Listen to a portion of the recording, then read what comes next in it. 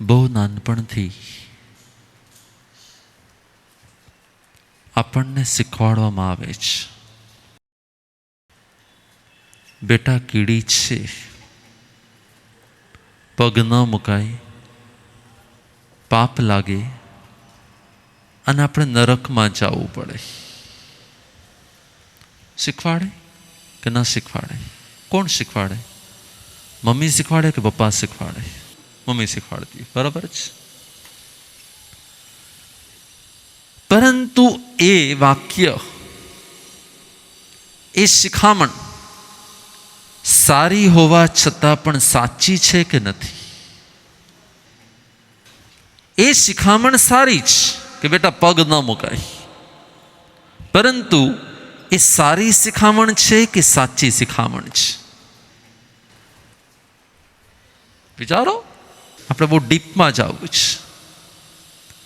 કીડી પર પગ ન મુકાય, એ મરી જશે, એ વાક્ય જ્યાં સુધી છે ને ત્યાં સુધી સાચું વાક્ય છે.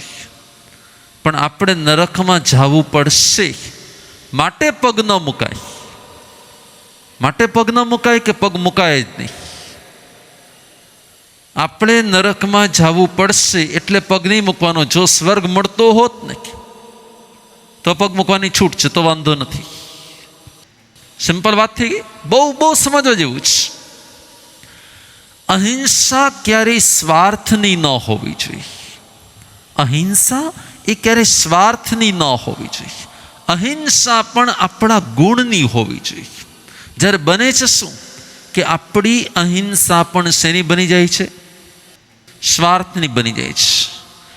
જો મારા સાહેબ નથી પધાર્યાના ઘરમાં, ત્યાં સુધી ઝઘડો ચાલતો રહે છે, અને પછી ખબર પડી જેવી આમ કી હોલમાં જીવ, અરે મારા સાહેબ છે, ખખડાયું અને ખબર પડી કે મારા સાહેબ છે, એટલે ઘરમાં એકદમ શાંતિ થઈ ગઈ. તો એ સમયે જે એકબીજાને ક્ષમા આપવામાં આવી, એ સ્વાર્થની ક્ષમા છે કે સત્યની ક્ષમા છે? કયો સ્વાર્થ છે? કે આપણું ક્યાંક નામ ન બગડી જાય, આપણું ક્યાંક લેવલ ડાઉન ન થઈ જાય, આપણા માટે કંઈ. મેં જોયું છે કે ધર્મની પાછળ વ્યક્તિનું ઇન્ટેન્શન, એનો હેતુ, એ ક્યારેક બદલાઈ જતો હોય છે. અને બદલાઈ ગયેલા હેતુની અંદર ધર્મ માત્ર પુણ્ય બની જાય છે. જો તે સ્વર્ગનું કારણ છે તો મને હિંસા કરવામાં પણ ડર નથી લાગતો.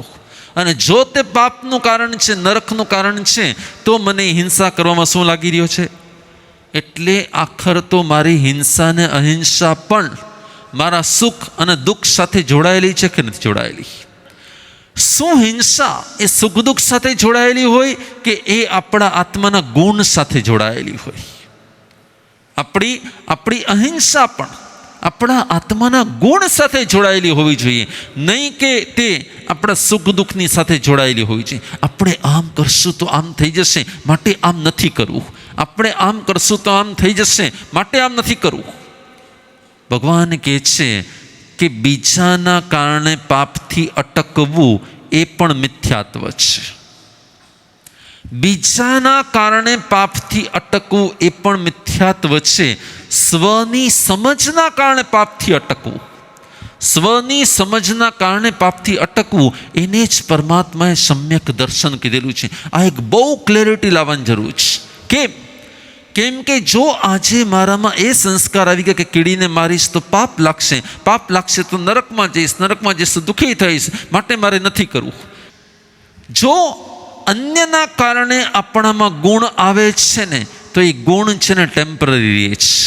અન્યના કારણે આવતો ગુણ ટેમ્પરરી છે, સ્વના કારણે પ્રગટતો ગુણ પરમેનન્ટ હોય છે. એવું શું છે કે જેને કારણે અનંતકાળમાં મોક્ષ નથી થયો? એવું શું છે કે આપણો અનંતકાળમાં મોક્ષ ન થયો? તો જવાબ મળે છે કે આપણા હેતુઓ જુદા હતા. આપણા હેતુઓ જ જુદા હતા. જીવે અનંત કાળમાં અનંત વાર લીધેલી દીક્ષા પણ એના ઇન્ટેન્શન રોંગ છે, એના હેતુ રોંગ છે, એની પાછળનું લક્ષ્ય રોંગ છે, એની પાછળના કારણો રોંગ છે. અને જ્યાં કારણ ખોટું હોય ત્યાં સુધી કાર્ય ક્યારેય પણ સત્ય હોઈ શકતું જ નથી. જ્યાં સુધી કાર્ય ખોટું હોય છે ત્યાં સુધી વાંધો નથી, પણ જેવું કારણ ખોટું હોય છે એટલે ઓટોમેટિક શું થઈ જાય છે? અંદરમાં પડેલો છે સ્વાર્થ. શેનો સ્વાર્થ પડેલો છે? અનંત સુખનો સ્વાર્થ પડેલો છે. અનંત સુખનો સ્વાર્થ પણ ધર્મના કારણને અસત્ય સ્વરૂપે છે.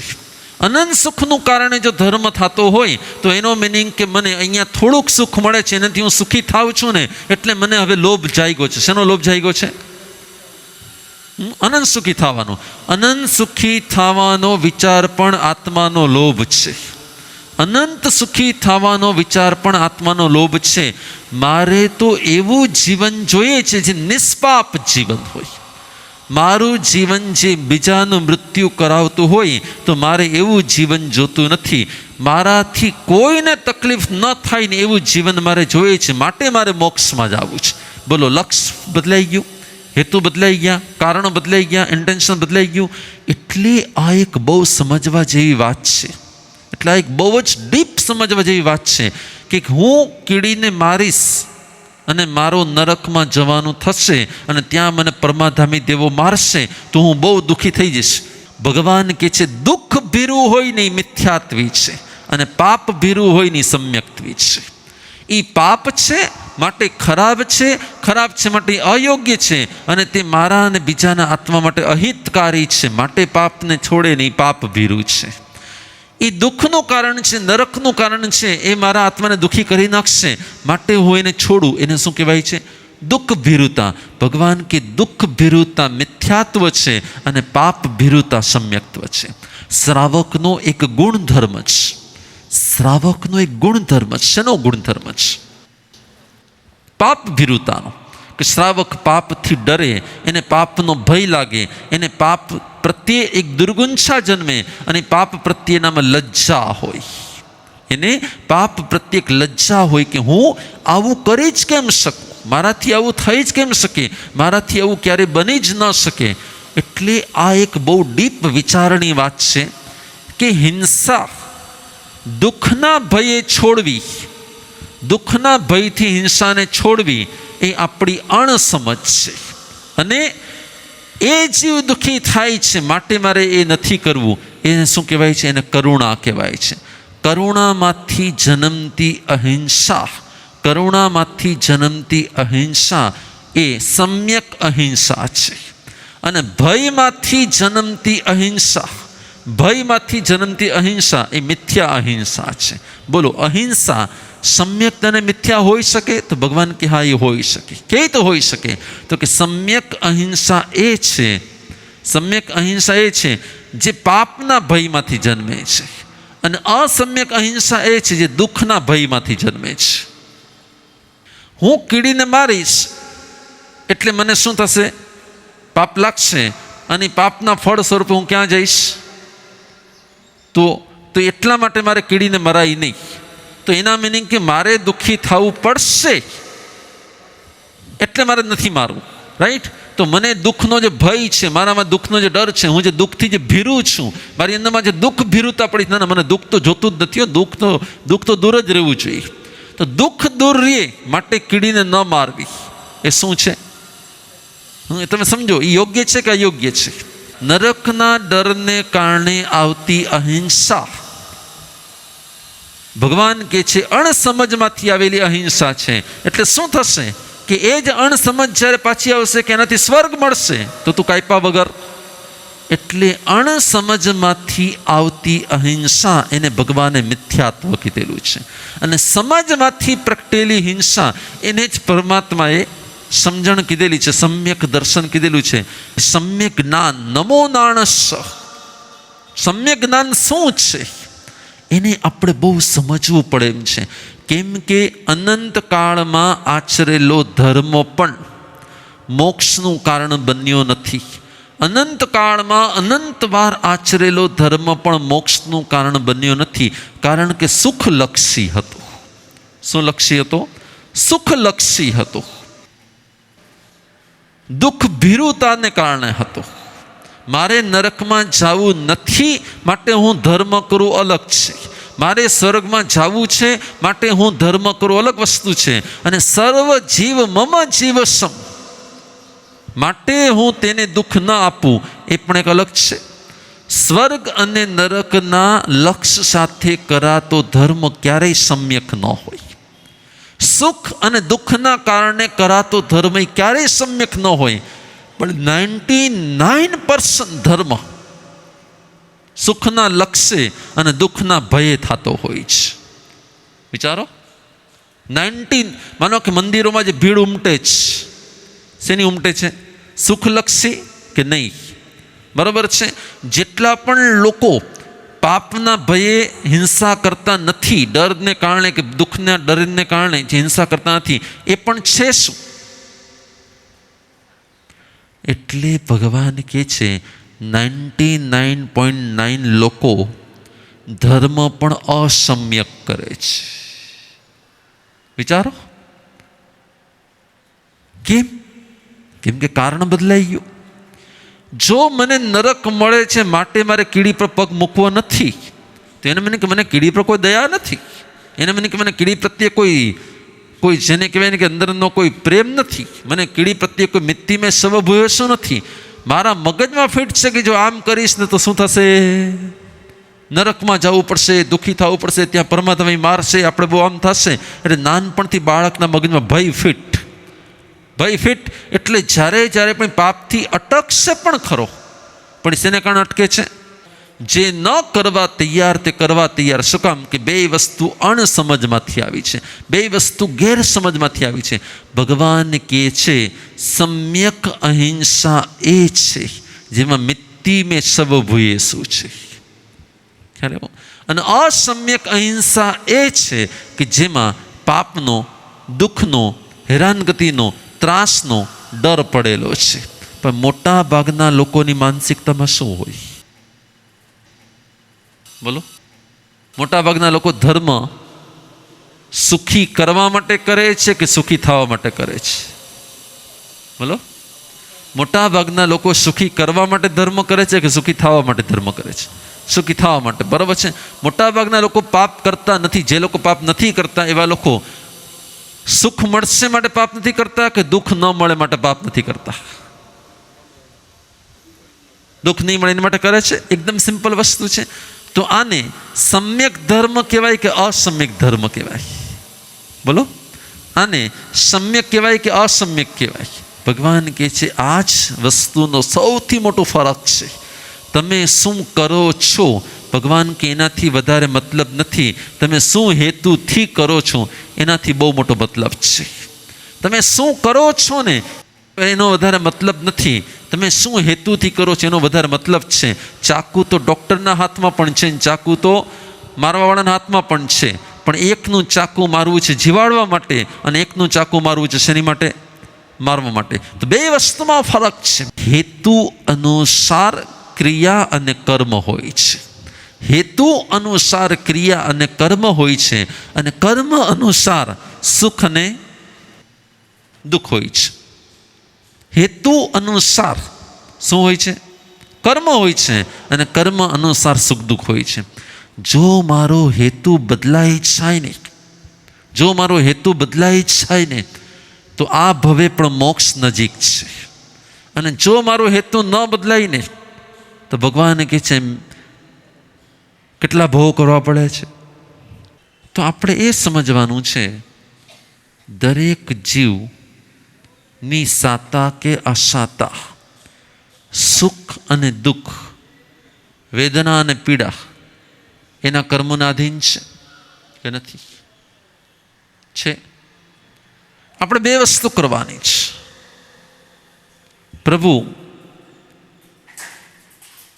આજની પ્રાર્થના મને એટલા ભાવ જગાડે, આજની પ્રાર્થના મને એટલા ભાવ જગાડે કે ભવિષ્યમાં મને તારો ધર્મ વારંવાર મળે. ભવિષ્યમાં મને મારામાં અહિંસાના સંસ્કારનો અનુભાગ એટલો તીવ્ર બની જાય. તમને ખબર નથી, જ્યારે આપણું આયુષ્ય નક્કી થતું હોય ને આવતા ભવનું, ત્યારે 6 વસ્તુ પર આધાર હોય: ગતિ, જાતિ, સ્થિતિ અને અનુભાગ. એ અનુભાગની વ્યાખ્યા શું છે? કે જેવા પ્રકારની તમારી પ્રકૃતિ હોય ને એવા પ્રકારની તમારી ઉત્પત્તિ હોય. અનુભાગની વ્યાખ્યા શું છે? કે તમારી અંદરમાં કેવા પ્રકારના ભાવો છે. તમને વિચાર કરવો પડે કે તમે મનુષ્ય બન્યા ને પણ મનુષ્ય બન્યા, પણ તમારામાં જન્મતા વેત જ કરુણા, દયા, સંસ્કારો આવવા જ લાગ્યા અને એનામાં આવ્યા જ નહીં. કેમ? તો કે તમારી આ કરુણાનો ભાવ એ કોઈ આ જન્મમાંથી નવો સર્જાયેલો નથી. જન્મ જન્મથી આ સંસ્કારોને આપણે ઘૂંટતા આવ્યા ને માટે આપણી સાથે છે. કેમ કે આપણો આયુષ્ય નક્કી થયું ત્યારે જ નક્કી થયું કે આપણો અનુભાગ કેવો છે. જેવો આપણો અંદરનો ભાવ એવા પ્રકારે આપણું ભાવિ નક્કી થાય છે. એટલે પરમાત્મા કહે છે કે જો આપણા અહીંયા અહિંસાના ભાવોનો સંસ્કાર બની ગયા છે, ભલે દૂધી સુધારીએ ને તોય અંદરમાંથી કરુણાનો ભાવ, કાકડી સુધારીએ તો પણ કરુણાનો ભાવ, તો કે એ કરુણા આપણો અનુભાગ બનશે, જેને કારણે આપણને ભવિષ્યમાં એવા જ પ્રકારના સંસ્કારોવાળા ઘરમાં શું મળશે? જન્મ મળશે. પ્રભુ, મને તારા પરિવારમાં જન્મ મળે એટલી કૃપા આપશે. બરાબર છે? પૈસો નહીં મળે તો મને ચાલશે, પરંતુ તારા અહિંસાના સંસ્કાર હોય એવો પરિવાર મને મળે ને એનાથી વિશેષ મને બીજું કાંઈ જોતું નથી. અહીંયાથી હું નમસ્કાર મંત્રની આરાધના કરાવી અને પછી એક નાનકડી પ્રાર્થના કરીએ. આપણે શુભના વાઇબ્રેશન્સ પાસ કરીએ. એ જીવો પોતાના કર્મના ઉદયને કારણે હિંસા તો થવાની જ છે, પરંતુ આપણે એમને કઈ રીતે સાતાના વાઇબ્રેશન્સ ભાવોથી પહોંચાડી શકીએ એટલો જ પ્રયત્ન કરવાનો છે. મોત કરતાં મોતનો ભય છે ને વધારે ભયંકર છે. ખ્યાલ આવ્યો? મોતની પીડા કરતાં પણ મોતના ભયની પીડા જે છે ને એ ભયંકર હોય છે. પ્રભુ, એટલી સમજ આપજે, થાય તો બીજાને સાતા પમાડું, ન થાય તો કોઈને અસાતા. Eyes close.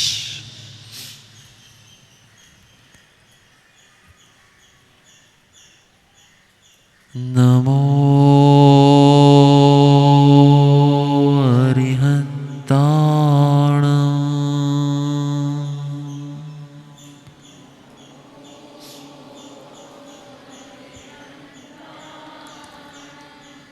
નમો સિદ્ધાણ.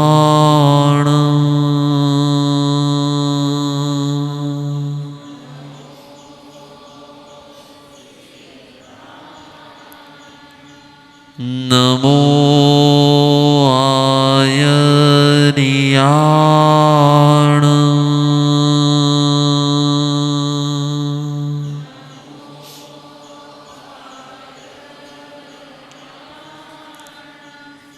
નમો વજ્જાયાણ.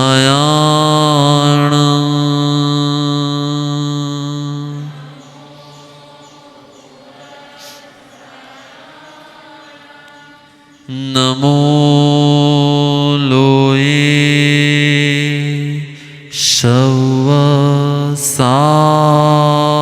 શવસાણ.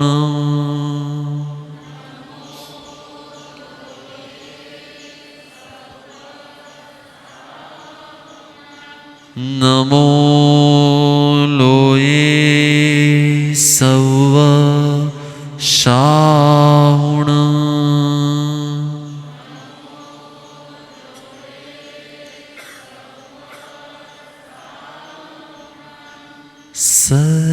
સર્વથા સૌ સુખી થાઓ.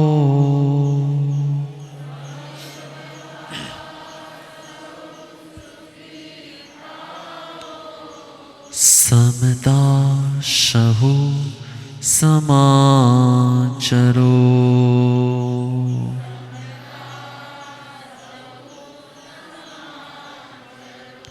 સર્વત્ર દિવ્યતા વ્યાપો.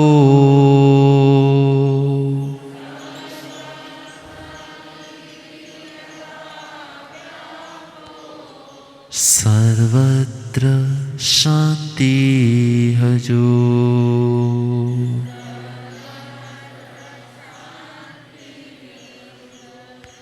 હે પરમાત્મા, આજના દિવસે આપના ચરણમાં, આપના શરણમાં બે હાથ જોડી મસ્તક ઝુકાવી આત્મસમર્પણ કરું છું. હે પરમાત્મા, આપના શરણમાં વિનંતી કરું છું. હે પ્રભુ, ભવો ભવ આપનું શરણ હોજો.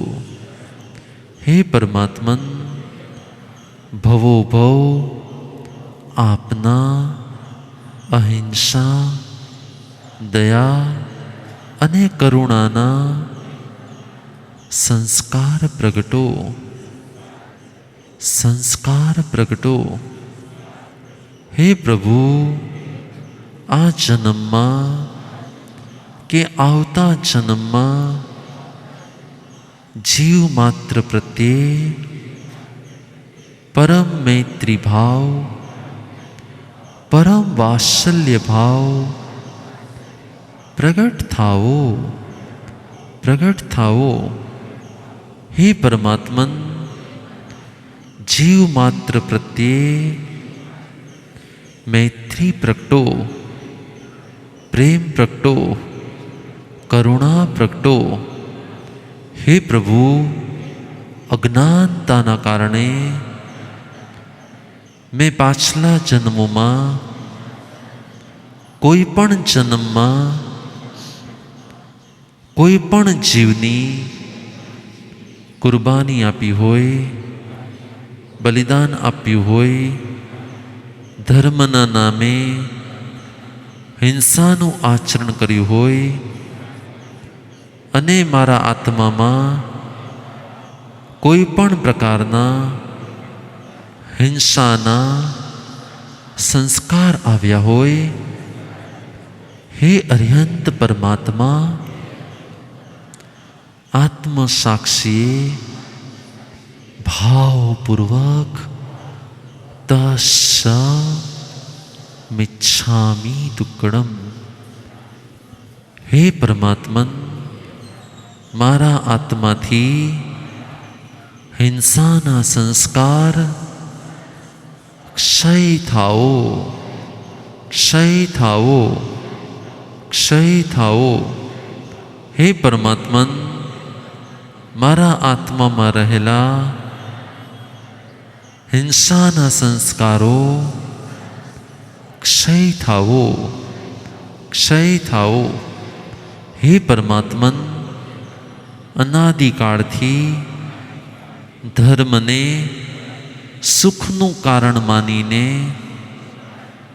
મેં કોઈ પણ પ્રકારે બલિ ચડાવી હોય, બલિદાન આપ્યા હોય કે કુરબાની કરી હોય, નિર્દોષ જીવોને હણ્યા હોય, હિંસા કરી હોય, કિલામના ઉપજાવી હોય અને મારા આત્મામાં સુખ બુદ્ધિને કારણે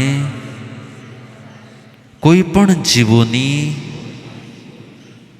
હિંસા અને વેદના અપાણી હોય, ભાવપૂર્વક તસ મિચ્છામિ દુક્કડમ. હે પરમાત્મન, આ ભવે આપનું શરણું, આપનો ધર્મ, આપના ચરણ પ્રાપ્ત થયા છે. હે પ્રભુ, ભવો ભવ આપનો ધર્મ, આપના સંસ્કાર, આપનું જ્ઞાન પ્રગટ થાવો, પ્રગટ થાવો. પ્રભુ, આજના દિવસે અમારા હૃદયની ભાવપૂર્વક એટલી વિનંતી છે, ભવો ભવ તારું શરણું હોજો. હે પ્રભુ, હે વિતરાગ પરમાત્મા, હે તીર્થંકર દેવો, હે અનંત કરુણા ધારક તીર્થંકર ભગવાન, આપનો ધર્મ, આપનું શરણ ભવો ભવ મળજો, ભવો ભવ મળજો. હે પ્રભુ, મારા આત્મામાં રહેલા હિંસક ભાવો ક્ષય થાવો, અહિંસક ભાવો સ્થિર થાવો, સ્થિર થાવો, સ્થિર થાવો. હે પ્રભુ, કોઈ પણ ભવે તારી અસાધના અવિનય ન થાય એવી મારા પર કૃપા વરસાવજે. ભૂલે ચૂકે પણ તારી અસાધના કરી, દેવ ગુરુ ધર્મની અસાધના કરી મારો જન્મ અનાર્ય પરિવારમાં ન થાય એટલી કૃપા વરસાવજે, એટલી કૃપા વરસાવજે. હે પ્રભુ, મારા હૃદયમાં પરમ કરુણા પ્રગટો. એક પણ જીવ જો આનાથી બચતું હોય તો એ સાર્થક છે. પણ હા, તમારી સમજ સમ્યક હોવી જોઈએ. મારા ઉદય વગર ન મને કોઈ મારી શકે, ન મને કોઈ જીવાડી શકે. હું માનું છું કે કોઈ જીવ પ્રત્યે, જીવ ખરાબ નથી, એની સ્થિતિ ખરાબ છે, એના સંયોગો ખરાબ છે, એની સમજ ખરાબ છે, એને મળેલું એ ટાઈપનું સંસ્કાર કે સમજ ખરાબ છે, માટે એવું કરે છે. એનો એ વ્યક્તિને જો સમજ સાચી મળી જશે તો ફરક પડશે કે નહીં પડે. આવા હિંસા ભરેલા સંસારમાં સુખ માનીને રહેવું કે અહિંસક એવા સિદ્ધત્વને પ્રાપ્ત કરવું એ આપણી ઉપર છે. હિંસા ભરેલા સંસારમાં આપણે રહેવું કે પૂર્ણ અહિંસક એવી સિદ્ધત્વની પ્રાપ્તિ કરવી એ આપણા હાથમાં છે. શું કરવું છે? બસ ભાવ કરો, પ્રભુ એવો અવસર ક્યારે આવે, હિંસાના તાંડવ નૃત્ય કરતા આ સંસારમાંથી અમે તારા શરણમાં, મોક્ષમાં, અહિંસક એવી અવસ્થામાં, પૂર્ણ અહિંસક એવી અવસ્થામાં આવી જઈએ. કેમ કે સંયમ પણ આંશિક તો હિંસાનો જ ભાવ છે. એવો ભાવ આવે કે જ્યારે પૂર્ણ અહિંસા પ્રગટ થઈ જાય, અને એવું એકમાત્ર સ્થાન છે મોક્ષ. મારે પૂર્ણ અહિંસાની પ્રાપ્તિ માટે મોક્ષ પ્રાપ્ત કરવો છે. ખ્યાલ આવ્યો? એ ભાવ આપણા બધામાં પ્રગટે અને આપણી અંદરમાંથી હિંસાના સંસ્કારો ક્ષય થાય. એ જ